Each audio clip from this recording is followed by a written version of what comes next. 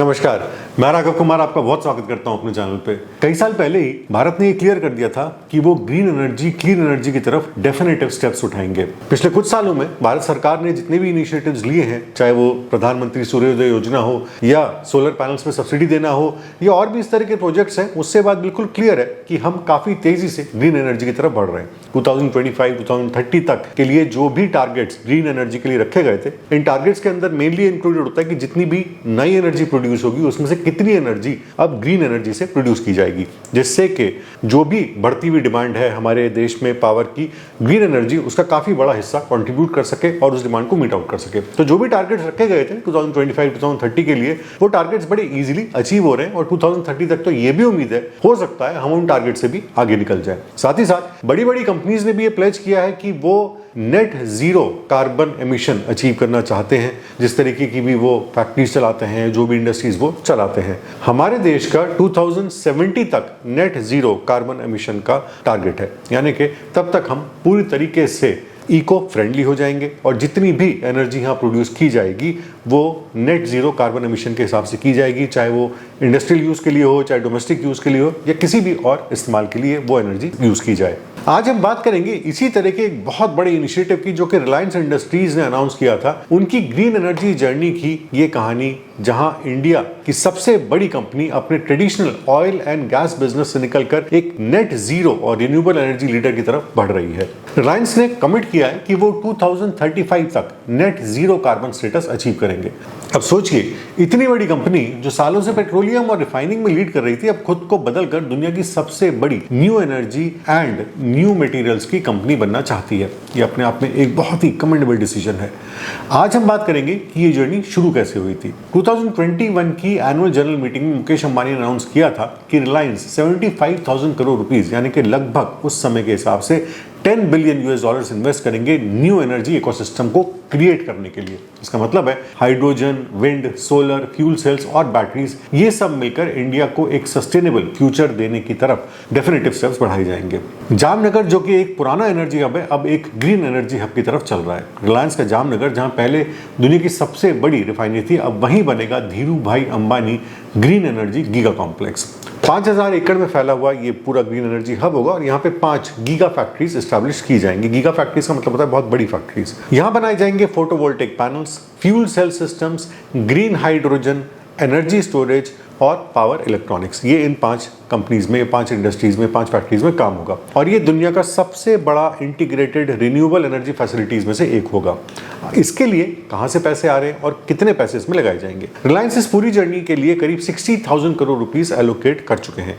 ये पैसे fully integrated solar PV complex बनाने में, advance energy storage systems create करने में, electrolyser giga factory, power electronics and semiconductors और रिसर्च एंड डेवलपमेंट फैसिलिटीज में इस्तेमाल किए जाएंगे। इसके साथ ही करीब 15,000 करोड़ रुपए वैल्यू चेन और पार्टनरशिप्स में लगाए जाएंगे, जिसमें एसएमईज और एंटरप्रेन्योर्स को भी साथ दिया जाएगा। रिलायंस का एक बड़ा टारगेट है 2030 तक 100 गीगावाट की सोलर एनर्जी को अचीव करना। इसके लिए जामनगर में दुनिया की सबसे पहली quartz to module solar factory बन रही है। मतलब रॉ क्वार्ट्ज से लेकर के पॉलीसिलिकॉन, वेफर्स, सेल्स और फाइनल सोलर मॉड्यूल्स तक सब कुछ एक ही जगह क्रिएट होगा, 100% बैकवर्ड से लेकर फॉरवर्ड इंटीग्रेशन तक। सबसे पहले बात करते हैं फ्यूल सेल और बैटरी गीगा फैक्ट्रीज की। तो fuel cells internal combustion engines को रिप्लेस करेंगे। Trucks, buses, data centres, telecom towers, सब कुछ फ्यूल सेल से पावर किया जाएगा। वहीं 2026 तक रिलायंस लॉन्च करेगा अपना बैटरी की गीगा फैक्ट्री, जिसमें बनेगी lithium iron phosphate LFP based solutions के साथ सोडियम आयन बैटरी टेक्नोलॉजी को भी कमर्शियलाइज किया जाएगा। नेक्स्ट है ग्रीन हाइड्रोजन, जो कि फ्यूचर का फ्यूल है। इलेक्ट्रोलाइजर गीगा फैक्ट्री रिलायंस का सबसे बड़ा गेम चेंजर है। यहाँ बनेंगे मॉड्यूलर इलेक्ट्रोलाइजर्स, जो कि लोएस्ट कैपिटल कॉस्ट और हाईएस्ट एफिशिएंसी के साथ क्रिएट की जाएंगे। इनका टारगेट है 3 million tons of green hydrogen per year produce करना 2032 तक, यानी कि 2032 से लेकर के कम से कम 3 million tons of green hydrogen हर साल रिलायंस प्रोड्यूस करेगी अपनी इन फैक्ट्रीज में। रिलायंस सिर्फ सोलर और हाइड्रोजन तक ही सीमित नहीं है, बायो एनर्जी पे भी इनका काफी बड़ा फोकस है। Already 2 demo CBG plants Jamnagar में लगाए जा चुके हैं। एक commercial CBG plant Barabanki UP में है। अगले 5 सालों में 100 सीबीजी प्लांट्स, जो कि 5.5 million tons agro waste consume करेंगे और करीब करीब 2.5 मिलियन टन ऑर्गेनिक मैन्योर बनाएंगे। इसके लिए ग्लोबल एक्विजिशंस और पार्टनरशिप्स में भी रिलायंस काफी आगे है। रिलायंस न्यू एनर्जी लिमिटेड ने कई बड़े एक्विजिशंस भी किए हैं, जैसे कि यूके की फैराडियन लिमिटेड जो कि सोडियम आयन बैटरी टेक्नोलॉजी बनाते हैं, उसको करीब 100 मिलियन ग्रेट ब्रिटेन पाउंड में खरीदा गया था। फिर लिथियम वर्क्स, इसको करीब 61 मिलियन यूएस डॉलर्स में खरीदा गया था। फिर नॉर्वे का आरईसी ग्रुप जो कि सोलर सेल्स और पॉलीसिलिकॉन बनाते हैं, इसको करीब 771 मिलियन यूएस डॉलर्स में खरीदा गया था। कैलिफोर्निया की सेंसहॉग जो कि सोलर डिजिटल प्लेटफॉर्म्स बनाते हैं, और इसके साथ साथ कई पार्टनरशिप्स भी करी गई हैं, जैसे कि स्टर्लिंग एंड विल्सन सोलर में 40% स्टेक ईपीसी सॉल्यूशंस के लिए रिलायंस ने बाय किया था। इसके साथ ही जर्मनी की नेक्स्ट वेव में जो कि ग्रीन एनर्जी वेफर्स बनाते हैं, वहां भी पार्टनरशिप्स करी गई हैं। डेनमार्क की टिस्डाल एएस में भी पार्टनरशिप करी गई है, और यूएसए की कैलेक्स में। फाइनली 2025 की एनुअल जनरल मीटिंग में रिलायंस ने अपना बड़ा अनाउंसमेंट किया, जो कि इनकी 48 थी जीएम थी। वहां पे अनंत अंबानी ने जामनगर गीगा फैक्ट्री के स्केल को रिवील किया। इसका पूरा बिल्डिंग एरिया करीब 44 मिलियन स्क्वायर फीट है, जो कि टेस्ला की गीगा फैक्ट्री से करीब 4 गुना बड़ा है। यहाँ पे 7 lakh ton of steel use की गई है, जो कि करीब 100 एफएल टावर्स के बराबर है। यहाँ पे 1 लाख किलोमीटर केबल बिछाया गया है, जो कि चांद तक जाके वापस आने के लिए काफी है। और यही जामनगर बनेगा दुनिया का सबसे बड़ा क्लीन एनर्जी हब, जहां से आएगा ग्रीन अमोनिया, ई मेथनॉल और सस्टेनेबल एविएशन फ्यूल भी। ये आपको शायद पता होगा कि कच्छ का सोलर प्रोजेक्ट सिंगापुर से भी बड़ा है। रिलायंस गुजरात के कच्छ में 5.5 लाख एकर्स का एक single site solar project create कर रहा है, जो कि सिंगापुर से 3 गुना बड़ा है और भारत की पूरी इलेक्ट्रिसिटी डिमांड का 10% तक प्रोड्यूस कर सकता है।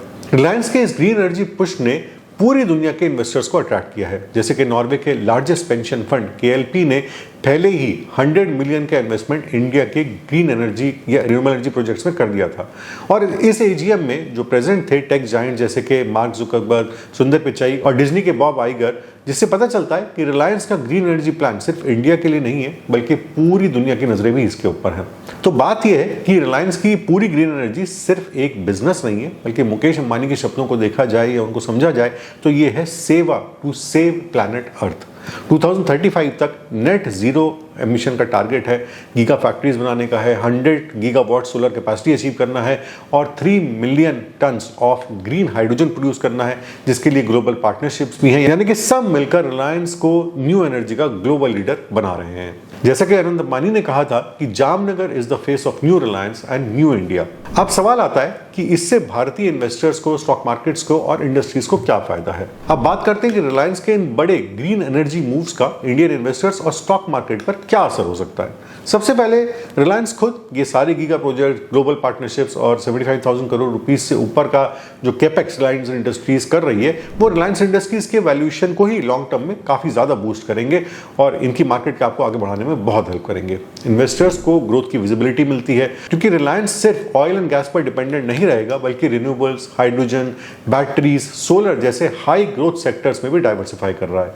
इससे स्टॉक मार्केट में रिलायंस का एक न्यू एनर्जी लीडर के रूप में री रेटिंग डेफिनेट है। दूसरी तरफ सेक्टर्स और इंडस्ट्रीज भी डायरेक्टली बेनिफिट करेंगे, जैसे कि पावर सेक्टर को सस्ती और क्लीन एनर्जी मिलेगी, जिससे डिस्कॉम्स और कंज्यूमर्स दोनों को फायदा होगा। ऑटोमोबाइल इंडस्ट्री को मिलेगा हाइड्रोजन फ्यूल सेल्स और बैटरी सॉल्यूशंस, मतलब कि इलेक्ट्रिक व्हीकल्स और हाइड्रोजन व्हीकल्स का अडॉप्शन और तेज हो सकता है, यानी इससे और स्पीड अप हो सकता है। सीमेंट और स्टील जैसी energy intensive industries green hydrogen का अडॉप्ट करके अपने कार्बन एमिशंस को घटा पाएंगी, जो कि ग्लोबल ईएसजी कंप्लायंस के लिए भी काफी इंपॉर्टेंट है। केमिकल्स और फर्टिलाइजर्स में ग्रीन अमोनिया और बायोफ्यूल्स एक नए बिजनेस मॉडल के रूप में आगे आएंगे।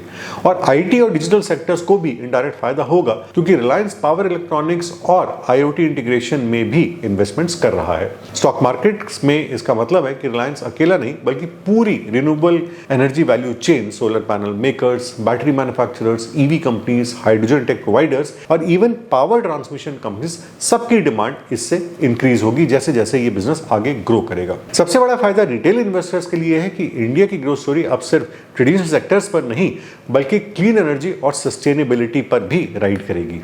अब जिस तरीके से ये प्लान्स आगे चलेंगे, जैसे जैसे वो गीगा फैक्ट्री स्टैब्लिश होगी, जब वो कमर्शियल प्रोडक्शन शुरू करेंगे और वो प्रोडक्ट पूरी इंटीग्रेशन के साथ मार्केट में आएगा, किस तरीके से ये पूरी चीज प्ले आउट करेगी ये तो हमें आने वाले समय में पता चलेगा। बट इतना जरूर है कि काफी समय से और इस समय भी और आने वाले समय में भी पूरी उम्मीद है कि गवर्नमेंट का पुश काफी ज्यादा क्लीन एनर्जी, रिन्यूएबल एनर्जी की तरफ रहेगा। तो ऐसे में रिलायंस जैसी बड़ी इंडस्ट्रीज अगर इस बात पे लीड करती हैं तो ये हमारे देश के लिए वैसे भी एक बहुत अच्छी बात है। चलने से पहले आपको याद दिला देता हूं कि अगर आप हमारे सेबी रजिस्टर्ड मल्टीबैगर प्लान्स के साथ कनेक्ट होना चाहते हैं तो हमारी वेबसाइट का लिंक नीचे डिस्क्रिप्शन में है। आज की वीडियो में बस इतना ही। अगली बार फिर मिलेंगे किसी नई इंफॉर्मेशन के साथ। जय हिंद।